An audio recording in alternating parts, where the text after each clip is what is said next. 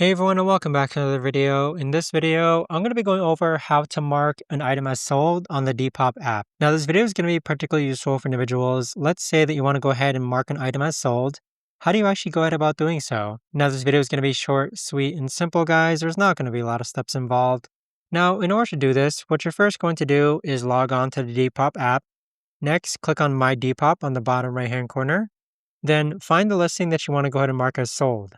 So we're going to click on this listing here. Afterwards, towards the bottom underneath where it says Manage Your Listing, you're going to see this option here that says Mark as Sold.